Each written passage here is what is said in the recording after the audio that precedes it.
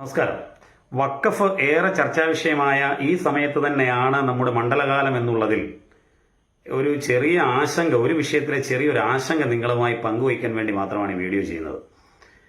1392 വർഷങ്ങൾ മാത്രമേ ആയിട്ടുള്ളൂ ഇസ്ലാം മതം ഭാരതത്തിലേക്ക് കടന്നു വന്നത്. അതിന്റെ തുടക്ക കാലഘട്ടത്തിൽ തന്നെ കേരളത്തിൽ മലബാർ പോലെയുള്ള പ്രദേശങ്ങളിലേക്ക് അത് വന്നു. ഏതാണ്ട് 1300 വർഷം മാത്രം പഴക്കമുള്ള ഇസ്ലാം മതത്തിൽ 3000-ൽ പരം വർഷങ്ങൾ പഴക്കമുള്ള ശബരിമല ക്ഷേത്രത്തിലെ ശാസ്താവുമായി വാവർക്കുള്ള ബന്ധവും സൗഹൃദവും ഒക്കെ കുറെ കാലങ്ങളായി എനിക്കും നിങ്ങളെപ്പോലെ തന്നെ ആശങ്കയുണ്ടായിരുന്നു. എന്റെ ആശങ്ക അവസാനിച്ചു. അത് അവസാനം എത്തി നിന്നത് എന്റെ പ്രിയപ്പെട്ട സുഹൃത്തും ഒരു ചരിത്ര അന്വേഷകനുമായ ദിനേശ് ചന്ദ്രശേഖറുമായുള്ള കൂടിക്കാഴ്ചയ്ക്ക് ശേഷമാണ്. അദ്ദേഹത്തിന്റെ സ്വന്തം സ്ഥലമായ വായ്പുരേശന്റെ മണ്ണ്, വായുപുരം എന്നറിയപ്പെട്ടത് പിന്നീട് ലോപിച്ച് വായ്പൂരെന്നായി മാറിയ സ്ഥലത്ത് അതിന്റെ തൊട്ടടുത്ത് ശാസ്താവിന്റെ കാവുണ്ട്. ശാസ്താം കോയിക്കൽ എന്നറിയപ്പെടുന്ന സ്ഥലം. ഒഫീഷ്യലായി അറിയപ്പെടുന്ന പേരുകൾ തന്നെയാണ് ഞാൻ പറഞ്ഞത്. ബസ്സിലൊക്കെയുള്ള നമ്മൾ കാണുന്ന ബോർഡുകൾ ഇത് തന്നെയാണ്. ശാസ്താം കോയിക്കൽ, വായ്പൂര്. അവിടെ വായ്പൂര് മഹാദേവ ക്ഷേത്രത്തിന്റെ തൊട്ടടുത്തായി ഒരു ഉപപ്രതിഷ്ഠയുണ്ട്. ശിവനെ ഭജിച്ച് ശിവന്റെ ഭൂതഗണമായി തീർന്ന വായ്പുരേശൻ.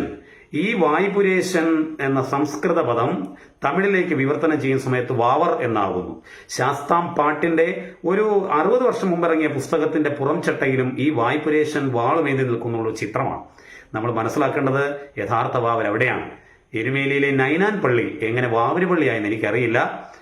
കാഫിറുകൾ ആണ് ബിംബാരാധകർ എന്ന് വിശ്വസിക്കുന്ന ഇസ്ലാമിൽ എങ്ങനെ ക്ഷേത്രത്തിന്റെ അടുത്ത് ഇസ്ലാം മതപണ്ഡിതന്മാരൊന്നും അംഗീകരിക്കാത്ത, അല്ലെങ്കിൽ അവർക്ക് ആർക്കും വിശദീകരിക്കാൻ കഴിയാത്ത ഒരു വാവർ എങ്ങനെ ഉണ്ടായി എന്നുള്ള അന്വേഷണം എത്തി നിന്നത് എന്റെ സ്വന്തം സ്ഥലത്താവുന്ന സമയത്ത് യഥാർത്ഥത്തിൽ വായ്പുരേശനെ തൊഴുത്, വാവരെ തൊഴുത് ശബരിമലയിലേക്ക് പോകണമെങ്കിൽ എരുമേലിയിൽ അല്ലത് മറിച്ച് മല്ലപ്പള്ളിയിലുള്ള വായ്പുരേശന്റെ സ്ഥലത്തേക്ക് എത്തണമെന്നും ശാസ്താം പാട്ടുമായിട്ടുള്ള ബന്ധവും ശാസ്താവുമായിട്ടുള്ള ബന്ധവും ശാസ്താം കോയിക്കലുമായിട്ടുള്ള ബന്ധവും വായ്പൂരിൽ നിന്ന് പോലും, ഞാൻ ഈ പറഞ്ഞ വായ്പൂരിൽ നിന്ന് തന്നെ വാവരുടെ പ്രതിനിധി ശബരിമലയിൽ എത്താറുണ്ട്. ഇസ്ലാം മതവിശ്വാസിയാണ്. ഞാൻ ഒരു മതത്തിനും എതിരായിട്ടല്ല പറയുന്നത്.